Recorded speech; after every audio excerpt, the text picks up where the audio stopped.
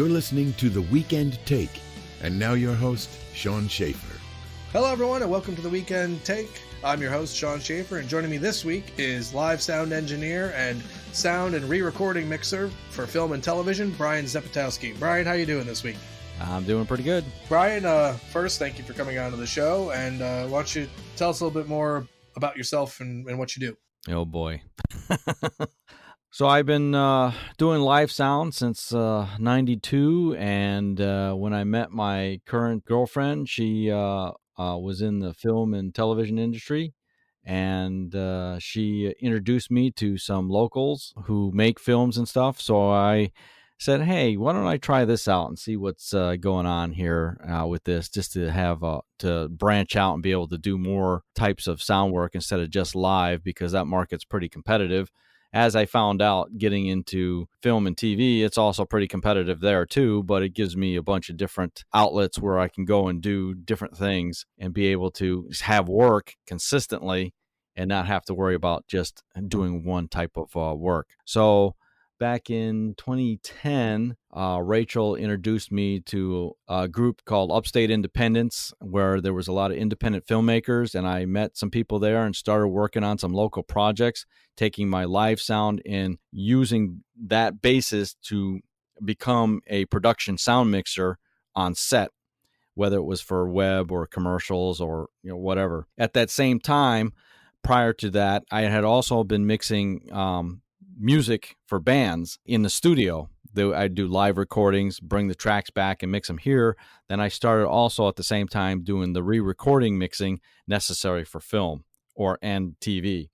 So my studio is set up to handle 5.1 surround sound and all those kinds of things. So I had to update my knowledge and techniques that were necessary to handle those types of things. When you say live sound, what exactly does a live sound engineer's job entail? So a live sound engineer's job is to make sure that the sound that the audience is hearing when it comes out front is EQ'd and spectrally balanced, so that you don't have a certain frequency that's going to, what we in the industry call, chop your head off or make your ears hurt.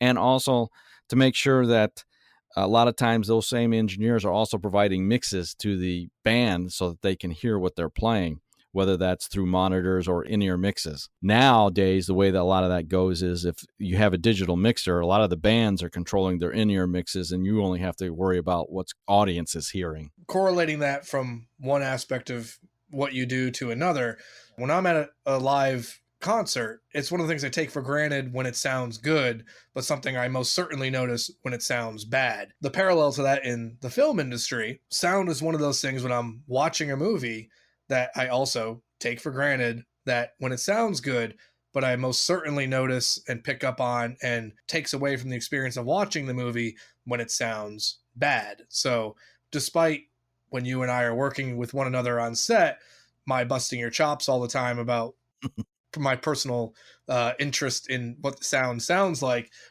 it is something that is important to the overall picture, because yes, it's half the picture, Sean. It is half the picture, and as I always tell you on set, movies existed for 30 years without sound just fine. Actually, I saw something online that I was hoping you would bring this up, because they said silent films actually never existed without sound, because you usually had some kind of musicians in the theater playing music to the actual silent film. So they weren't technically silent. I could still watch a silent picture and get the story, and I didn't need sound, but okay. I just thought it was interesting. Okay. And like I said, if you're watching a movie and there's no sound, it's still a movie. If you're watching a movie and there's no picture, it's called radio. Yeah, okay. Kind of what we're doing.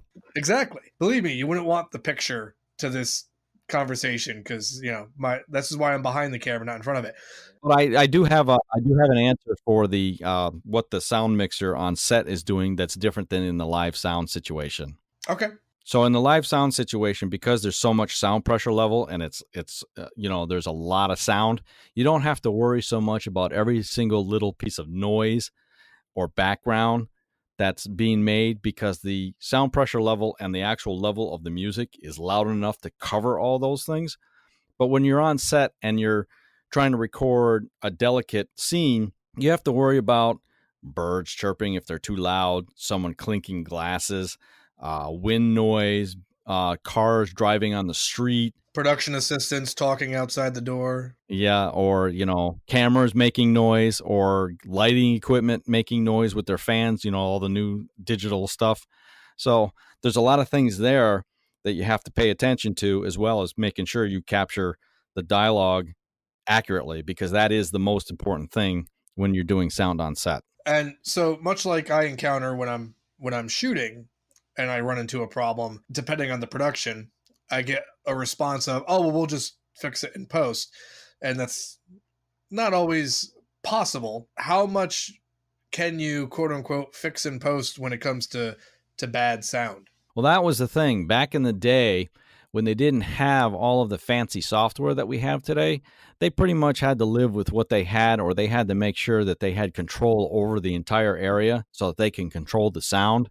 Nowadays, it's not quite as critical, because there are software programs that actually allow you to do amazing, amazing things. There was a recent project that I worked on where they were filming in a stable with horses, and they had a battery charger that was beeping in the background, and they had someone who was talking dialogue, and it was annoying because while they were talking, you're hearing this beep, beep, beep, beep, and they asked me if I could take that out, and I said, yes, I can. And with my special tools, I was able to remove that beep without affecting the way the dialogue sounded, and those things could not be done in the past. They would have had to live with it, or they would have had to go back and reshoot it, or just do different takes. So those kinds of things are what's usually done in post now. Shows like Game of Thrones used the same type of software that I use, because in a lot of live situations, a lot of people don't realize the world is a very noisy place. It makes a lot of noise, and most people don't pay attention to it because it's all background. But when you, like I said, when you have those delicate scenes, or just a scene in general, and something, makes a lot of noise, it takes you out of the movie, and you want to try to stay in it. So you have to eliminate a lot of those noises. So that's what can be done in post. That doesn't mean that you advocate that sets still don't try to gain control over as much as they can, though, right? Just because you can fix it in post doesn't mean you should try to, because if I'm understanding correctly, there's a bit of a process to it. It's not just like 1, 2, magically it's gone, a couple of clicks. There's still time involved, and time in this industry is money, correct? That is correct. So you still want to get the best recording you can on set. Not only is it going to help with the overall seam of the movie, so everything just seamlessly goes together, because if you have to bring an actor in to do ADR, they've lost what they had on set. And also the microphones, the space, all of that is different. So you have to go back and you have to recreate that in the ADR session, what it sounded like on set. Now, there's tools that actually will help do that automatically, but it's still, like Sean was saying, there's going to be a lot of time involved in making sure that it all matches. Aside from live sound engineer and sound and re-recording mixing, you yourself have gotten into the actual act of filmmaking yourself, have you not, with circuitry films? Yep, a little bit. A little bit. Do you want to share with us a little bit about that? We just have some projects in development right now. We're working on a documentary that's taking a little while. We're trying to get some interviews going that are kind of important for the show, and they're just taking a while to get organized and happening. There really isn't a whole lot to say on that right now, other than when we shot a promo several years ago, which you shot. We learned quite a bit about what we could and couldn't do, and what we needed to learn that we didn't know. And so we're trying to get going on some additional stuff here pretty soon. Hopefully it happens. So we'll see what happens with that. So we've discussed live sound. We've discussed being a sound mixer on set for productions. Now we get into post-production, and now we can have you tell us about the other hat that you wear, which is as a re-recording mixer.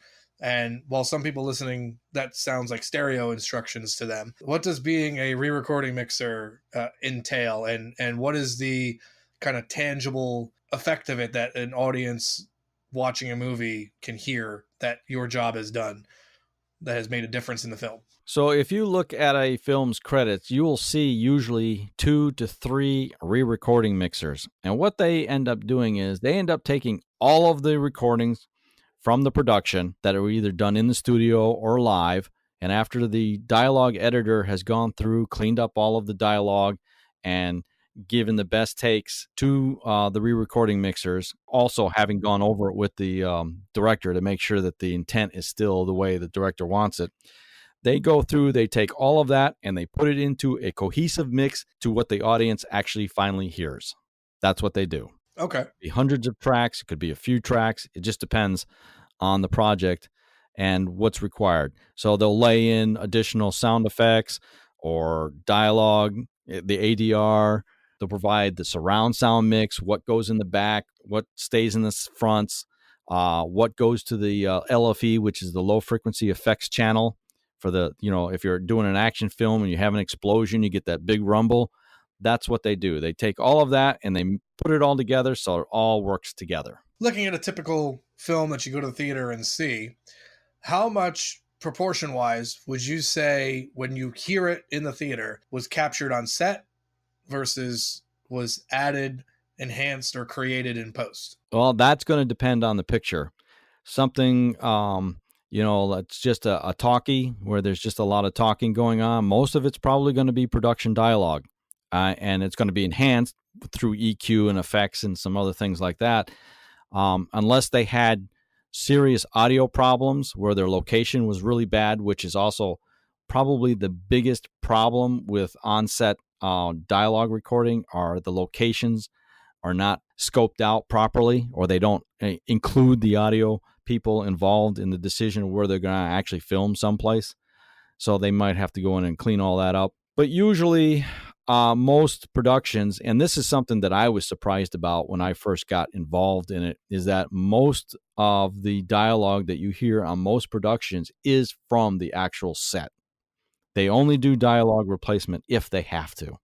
Now, unlike a film like Bollywood out in India, that's all ADR. They don't do anything on set, which I find interesting. Yeah, that was surprising to me, but they don't do any on-set dialogue. It's all ADR. That is interesting. Now look at something like Star Wars with all the soundscape and, off-world kind of environmental stuff. How much of Star Wars do you think was on-set recorded versus added later? How much of it was fake? Most of the audio in that movie is going to be fake. I would say, again, most of the dialogue is probably production dialogue, unless they had problems and they needed to re-record it. Most of that movie, they're going to have their sound designers designing all the sound effects. They're going to have dialogue editors making sure that all the dialogue is perfectly clean. That movie's going to be most of it was done in post. Most of the sound for that movie would be done in post. If someone wants to find out more about you or what you're up to, either with Circuitry Films or just your work in live sound and in sound mixing and re-recording mixing, where would they go and how would they go about doing that? You can reach me on Facebook at Brian Szepatowski, LinkedIn the same. I'm also on Production Hub and Staff Me Up. We also have the film company, which is at circuitryfilms.com. And we also have an Instagram page, which is circuitry_sound_films. All right, great. Like I said, I'll put some pertinent links, including the spelling of your name, in the episode description. Please be sure to check out The Weekend Take as well on social media. We're on Facebook at facebook.com/The Weekend Take. And please be sure to check out our Patreon campaign at www.patreon.com/The Weekend Take, where for as little as $1 per month, you can become a patron of The Weekend Take and get exclusive access to extended cuts of episodes in case you want to hear more about the conversation Brian and I had today or any of our previous guests on the show. You also get early access to standard cuts of the episodes before public release. And starting this season, you get Patreon patron exclusive episodes, which you can check out. And also you get a sticker to show us off to your friends. And also some more perks coming in 2020, but stick with us on social media to hear more about that as it comes about. I want to thank you for taking the time to tell us a bit more about yourself and what you do, Brian. Thank you. Is there anything else you'd like to... Just remember, audio is 50% of the picture. Yes, and that is the lesson learned, children. Audio is 50% of the picture. Try to get it right the first time because you'll save yourself a lot of headache in the back end. But otherwise, that wraps it up for us here at The Weekend Take. So, Brian, thank you again for coming on the show. Thank you very much. I had fun. But for all of our listeners that are listening this week, thank you very much for tuning in, and we will catch you all next week. Have a good day. Bye. Bye. You've been listening to The Weekend Take. Be sure to subscribe on iTunes and Google Play and follow us on Facebook and Twitter. Visit our Patreon page to become a patron of The Weekend Take, and for as little as $1, you'll receive exclusive content and perks.